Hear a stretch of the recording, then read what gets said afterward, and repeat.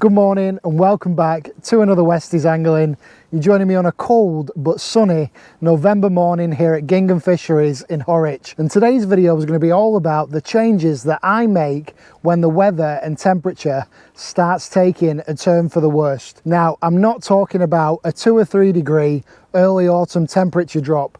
I'm talking about frosty mornings and when the temperatures start getting into the lower digits and the carp make the way out of the margins in search of deeper, warmer water. So without further ado, folks, I'm going to take you through the setup for today's session and some of the little changes that I've made in preparation for this cold water fishing. And hopefully we can get a couple of cold water fish on the bank.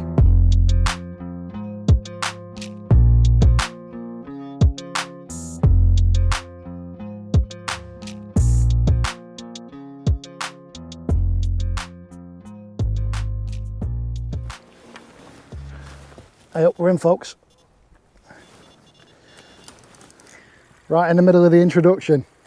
Feels like a bream. A fish is a fish though, when it's this cold.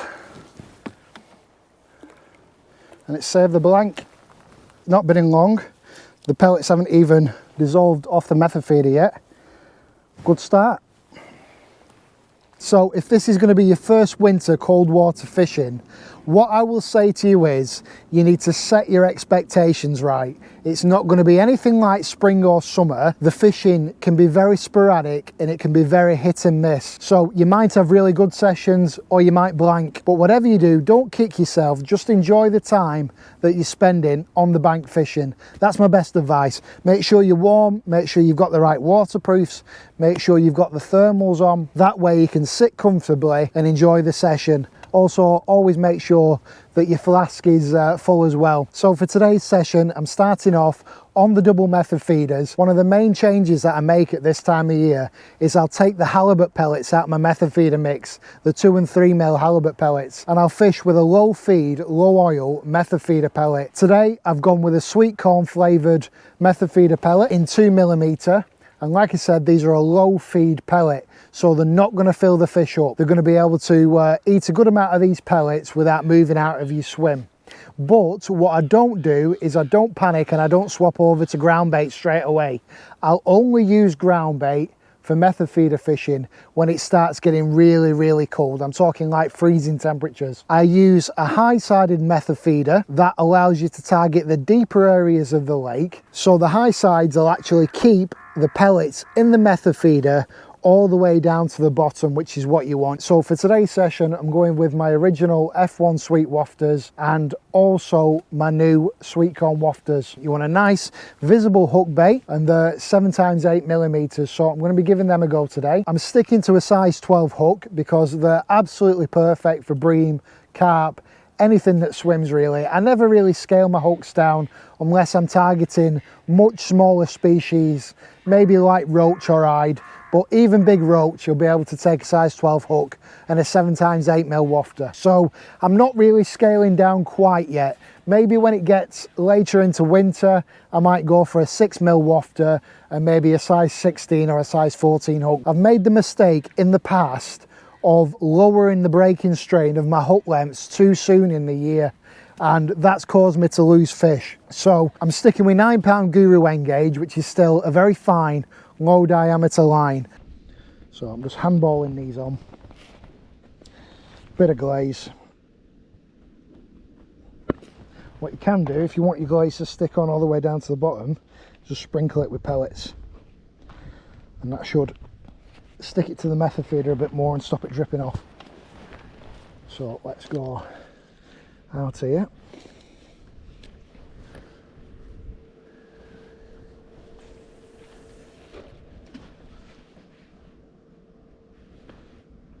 Gotta let it sink here.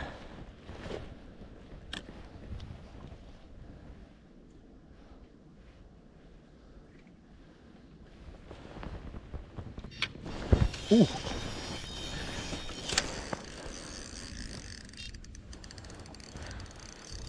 Well, that's not a bream, folks, is it? Might have just gone back in. It's a half decent fish. But they do fight hard here at Gingham, even the smaller ones, so It's hard to tell. Turn this drag up a touch. It will be all right now. Let's play it over here. This might be a very, very nice late autumn carp. I don't think it's massive with the way that it's speeding around everywhere. Usually big carp don't tend to do that. No. Any carp is nice to catch at this time of year. This is on a sweet corn wafter, folks. It's a nice one, only £5 or £6. There is the sweet corn wafter, perfectly hooked in the top of the mouth, fin perfect condition. Really bonny fish. Well, that's made it worth coming out for today, folks. Nice carp, Dad. Yeah, come and have a look. Dad's fishing with me today. He's in the next peg along, just next to this tree. Right out? Yeah, yeah. They've obviously moved into the deeper water. Yeah, pink wafter. No, that was on a sweet corn wafter. I'm not giving my dad any of the sweet corn wafters yet. He's got more wafters than he can shake a stick at.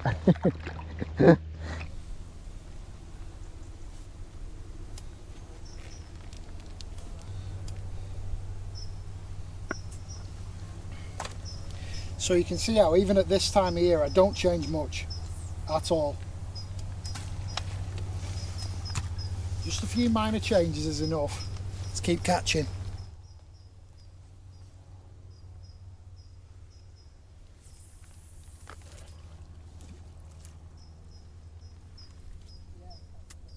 Now, you know me, folks, I'll use liquids and glazes all year round, but they really come into their own at this time of year when you need as much smell and attraction as you can get in the water column, and you'll find that that'll bring the fish in a lot quicker than if you didn't use any liquids.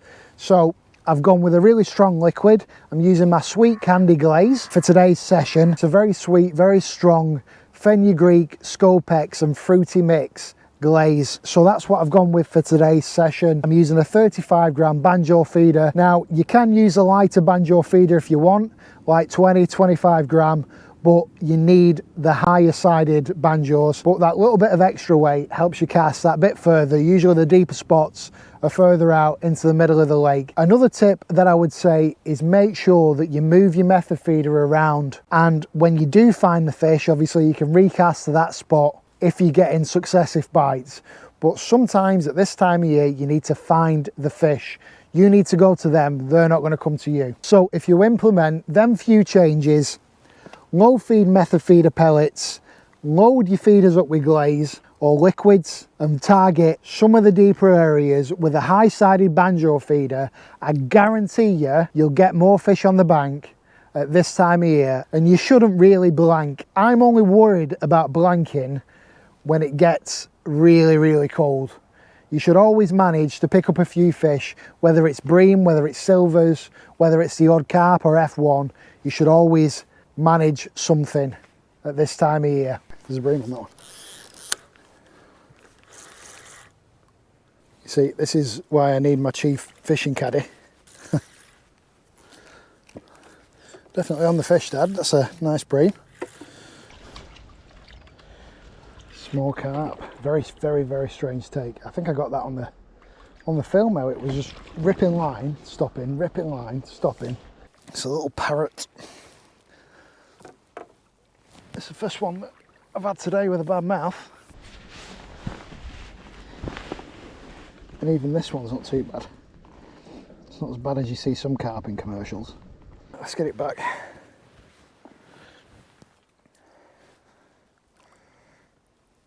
Quite hard work, this tight swim. Usually I'd have dealt with that myself, but because the swim's so tight, a little bit of a struggle. So it's probably about 20-25 minutes between bites, which isn't bad at all.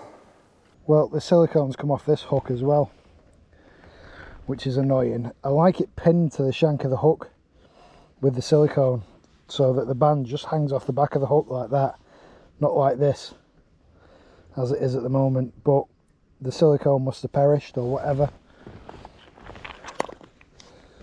and I don't think I've got any other hook lengths tied up.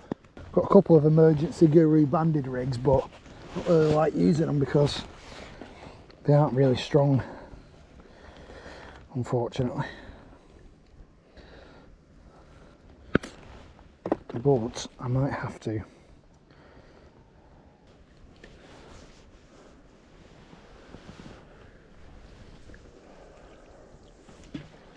So you might think it's a full-on day today here, but it's not. I've not really seen anybody else catch. Even my dad's quiet. So whatever I'm doing that's different is working. So that can only be bait or area. Oh. We're straight in, folks. You saw that. That was real time. I don't do this well in summer.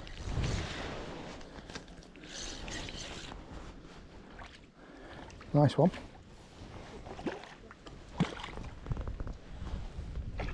And there we go, folks. A lovely cold water slab on a sweet corn wafter. Dad's wearing his new winter Westies Angling beanie with the 2024 updated logo on. You're not using your Westies Angling towel though, are you? Just washed it. Have you? Give him free stuff and he uses a stupid blue towel instead of a lovely Westies Angling towel like this. Bring on, bring on. Oh, this might be a good slab, this. Feels weighty.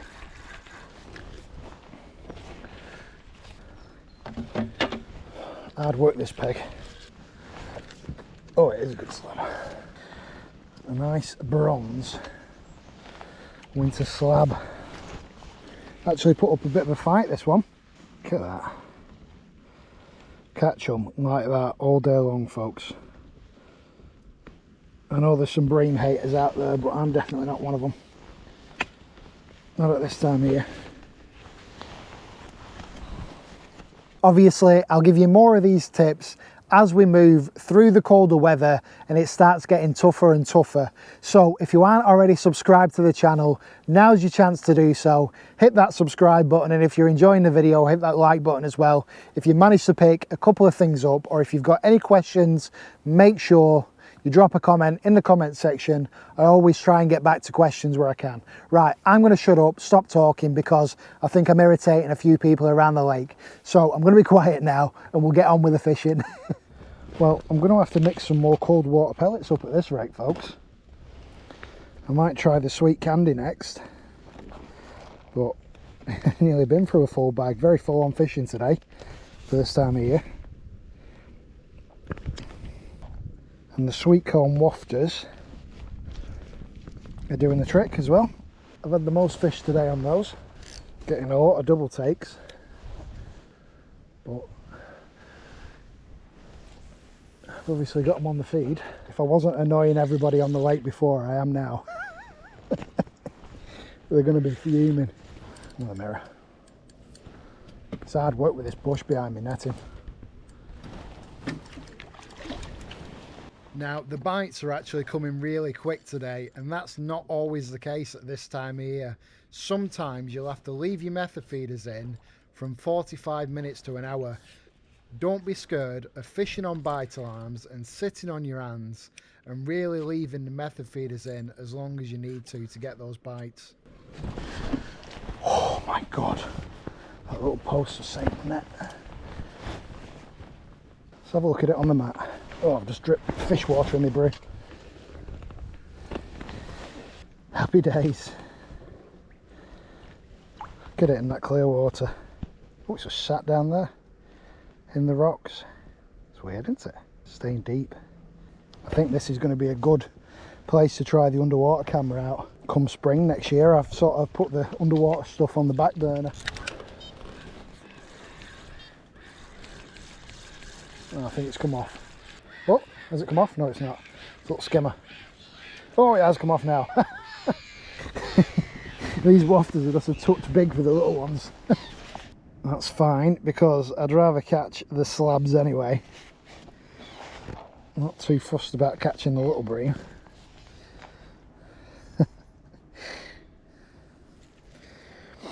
Now, what you can do, if you're impatient like me and you don't want to sit and watch your rods all day and you want to be doing something, you want to be active, have one rod on a method feeder on a bite alarm and fish float on your other rod. Obviously rules permitting, but it's always worth fishing fisheries that allow you to use two rods. Most do these days. You can have one fishing for the carp or bigger bream or whatever, your other fishing for silvers and small stuff and perch on the float with maggots, and that way you're not going mental waiting for a bite. You're pretty much always guaranteed to catch something on the maggots. And you can see how I'm loading this method feeder up with glaze. Now you can mix it into your pellets as well if you wanted to, but I find that it works better if some comes off on the way down rather than being in your pellets, because you're drawing the fish through the layers of the water. Then you see, you're not just relying on the smell coming out of the pellets. So that's why I put it on afterwards and not in the pellet mix. And don't forget, these sweet corn pellets have a very high inclusion of sweet corn flavouring, so they're smelly enough as they are, really. If you're wondering what rods I'm using my Coram Opportunist Extend rods. The chur that I'm using is a Coram S23 feeder chur. This feeder chur is the old model, not the new model, but I'm fairly happy with it. It's quite light for a big chur. That is a lovely mirror carp, that, folks. Dark mirror, decent size to it. It's got a bit of a damaged eye by the looks of it. It's got snake eyes. Again, on the corn, doing really well today, these corn wafters, folks. Honestly, not a sales pitch this, folks. They're very limited though, so if you did want to try them, I always put links in the description for my website. What a bonny fish, probably £6-7.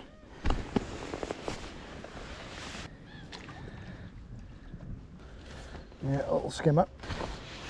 I've actually done better on the sweet corn than the pineapple today.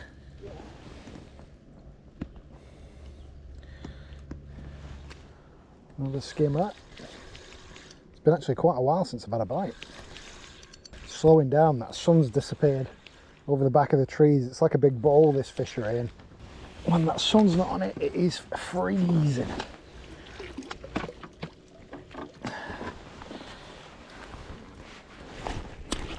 Oh, unhooked it yourself. Again, going back to the cost of sweet corn wafters compared to using a tin of corn. What's a tin of corn now, like 50p? I think I've used 4 wafters all day. Hell of a lot cheaper.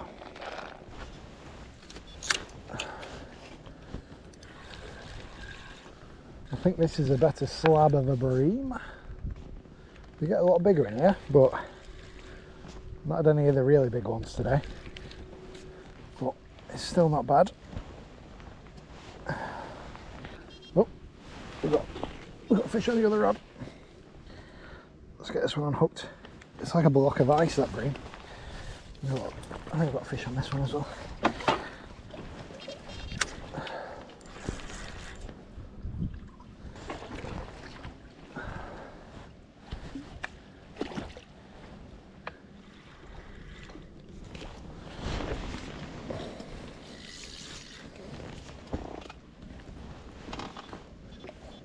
Oh, we're in again.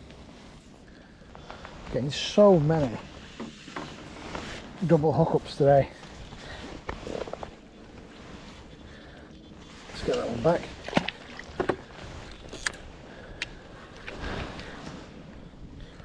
Oh, it is cold though, folks, I tell you that now. Freezing. Now that sun's gone in.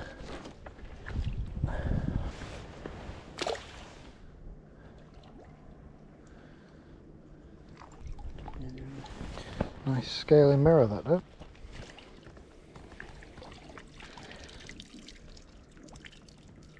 I've noticed that every carp's done that today, weirdly.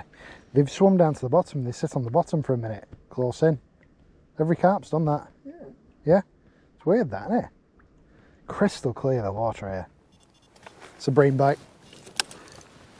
Yeah. So I'm probably going to give it another 10 or 15 minutes. I'll have another recast. And then we're going to call it a day and get packed up. But I'm sure that you'll agree that it's been a really successful cold water session. This is a little bream, I think. And it's been really enjoyable as well. So it just shows you that it's still worth getting yourselves out there, getting yourselves on the bank at this time of year. Don't be disheartened if the session isn't as good as this one. This is what you would call a really good cold water session, but you might only manage 1 or 2 fish in a day. But a lovely little skimmer to end on. And we've give the new cold water pellet range a good test out. I'm really happy with how they're performing, and also the potent sweet corn wafters. I'm impressed with them as well. I would say they're probably tailored more towards clearer waters, but they will certainly work in murky commercials as well. And I hope today's session has proved that. This is just a normal commercial fishery, folks, not a private fishery or anything like that. But I just want to say I hope you enjoyed the video and managed to pick up a couple of tips. As I said to you before, any questions, drop a comment in the comments section. And if you're not already subscribed to the channel, now's your last chance to do so. But I will see you in the next Westies Angling. I'll be fishing all the way through winter, and we'll carry on with this cold water series, and there'll be plenty of tips and tricks along the way to keep you catching through the winter months. Let's get this feeder back out, and hopefully I can get another one before I have to pack up. I'll see you next time, folks.